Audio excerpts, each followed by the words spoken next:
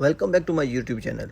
तो आज की वीडियो में हम डिस्कस करेंगे कि लाइफ सेविंग रूल क्या होते हैं और ये हमारे लिए क्यों इम्पोर्टेंट है। हमारे पास साइट पर मल्टीपल डेंजरस एक्टिविटीज़ होती हैं जिनको अगर हम सेफ्टी से मैनेज नहीं करेंगे, प्रॉपरली एग्जीक्यूट नहीं करेंगे तो क्या होगा, एक्सीडेंट के चांसेस ज़्यादा हो जाएंगे।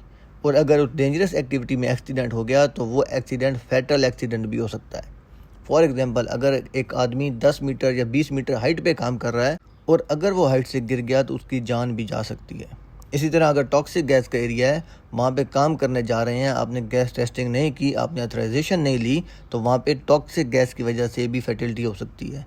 अगर आपकी कहीं पे क्रेन वर्क कर रही है, आपने सेफ मैकेनिकल लिफ्टिंग एग्जीक्यूट नहीं किया, क्रेन कोलैप्स होने में आपका प्रॉपर्टी डैमेज भी होगा, आपके लोगों की जान भी जा सकती है।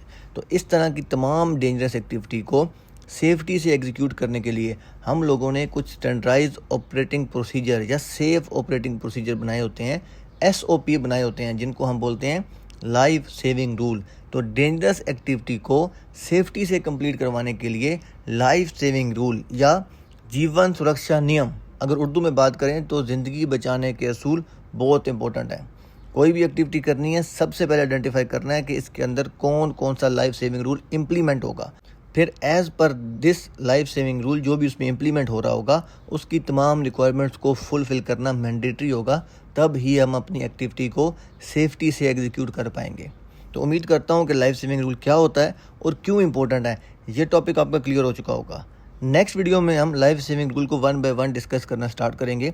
तो आपसे रिक्वेस्ट करूँगा कि चैनल को सब्सक्राइब करिएगा, बेल आइकन लाजमी प्रेस करिएगा ताकि नेक्स्ट वीडियो का नोटिफिकेशन आप तक टाइम पर पहुँच सके। आपके वक्त देने का बहुत शुक्रिया।